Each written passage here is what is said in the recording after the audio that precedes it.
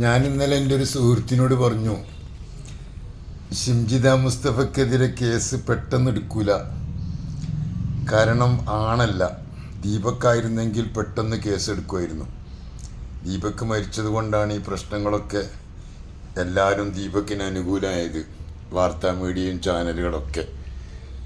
ഇല്ലെങ്കിൽ എല്ലാവരും കൂടി ഷിംജിത മുസ്തഫ അനുകൂലമായിട്ട് അതിജീവിത എന്നൊക്കെ പറഞ്ഞിട്ട് കൊടുക്കുമായിരുന്നു. ഞാൻ ഇന്നലെ പറഞ്ഞത് എൻ്റെ സുഹൃത്തിനോട് പറഞ്ഞത്, ഒരിക്കൽ പോലും ഷിംജിത മുസ്തഫയ്ക്കെതിരെ പെട്ടെന്ന് കേസെടുക്കൂല. സ്ത്രീ ആയതുകൊണ്ട് അവൾക്ക് മുങ്ങാനും പോകാനും ദുബായിലേക്ക് എവിടേക്കൊന്ന് മാറാനുള്ള സൗകര്യമൊക്കെ ചെയ്തതിന് ശേഷം എന്നിട്ടേ കേസെടുക്കുകയുള്ളൂ. കേസെടുക്കുകയാണെങ്കിൽ തന്നെ. കാരണം ആ അമ്മ, ദീപക്കിൻ്റെ അമ്മയുടെ വാക്ക്, ആ സംസാരം, പ്രസവിച്ച മനസ്സാക്ഷി, ആ മനസ്സിൻ്റെ വേദന, അതിന് പകരം വെക്കാൻ ലോകത്തൊന്നിനും കഴിയില്ല. അമ്മയുടെ വേദനയേക്കാൾ വലുത് മറ്റൊരു വേദനയുമില്ല. ആ അമ്മയ്ക്ക് ആരുമില്ല. ആ അമ്മ പറഞ്ഞതുകൊണ്ട്, പോലീസ് സ്റ്റേഷനിൽ പറഞ്ഞതുകൊണ്ട് കേസെടുത്തു. അതിനു മുമ്പായിട്ട് കേസെടുക്കാൻ സാധ്യതയുണ്ട്, വേഗം മുങ്ങിക്കോ എന്നാരൊക്കെയോ പറഞ്ഞു, മുങ്ങി. ഇപ്പോൾ പെട്ടെന്നൊന്നും എടുക്കൂല. നേരെ മറിച്ച് ഇതൊക്കെ അന്വേഷണ വിധേയമായി പോലീസ് വന്നെല്ലാം ചോദിച്ചറിയുമ്പോൾ എല്ലാവരും പറഞ്ഞപ്പോൾ അപ്പോഴൊന്നും കേസെടുത്തില്ല. പുരുഷനാണെങ്കിൽ കേസ് സ്വമേധയാ എടുക്കുമായിരുന്നു. ലുക്കൗട്ട് നോട്ടീസൊക്കെ പുറപ്പെടുവിക്കും. രാഹുൽ മാങ്കൂട്ടത്തിനൊക്കെ കണ്ടില്ല ലുക്കൗട്ട് നോട്ടീസൊക്കെ പുറപ്പെടുവിച്ചത്.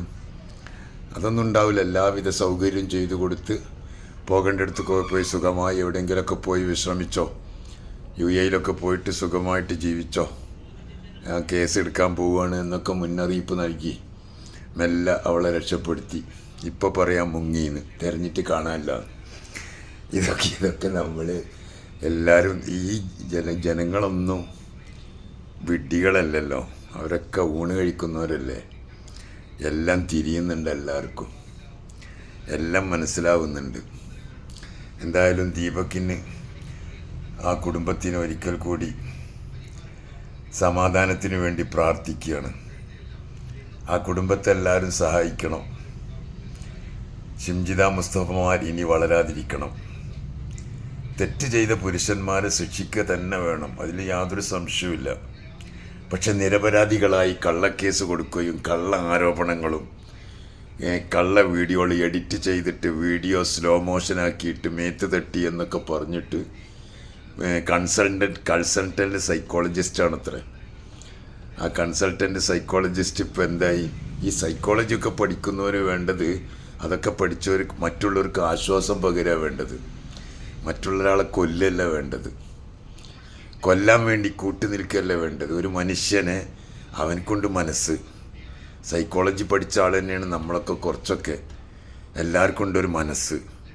ആ മനസ്സ് മനസ്സിലാക്കാൻ കഴിയാത്ത എന്ത് സൈക്കോളജിയാണ് ഇവർ പഠിച്ചതെന്നറിയില്ല. മറ്റൊരുത്തൻ്റെ വേദന കാണാൻ കഴിയണം, അവനെ സമാശ്വസിപ്പിക്കാൻ കഴിയണം. പാളിച്ചകൾ പറ്റാത്ത ആളുകളെക്കുറിച്ചിടത്തോളം പാളിച്ച പറ്റി എന്ന് പറഞ്ഞുകൊണ്ട് അദ്ദേഹത്തിൻ്റെ കയ്യിലൊരു ബാഗുണ്ട്. ആ ബാഗ് എടുക്കുമ്പോൾ ഓട്ടോമാറ്റിക്കായിട്ട് മറ്റേ കയ്യും പൊന്തും.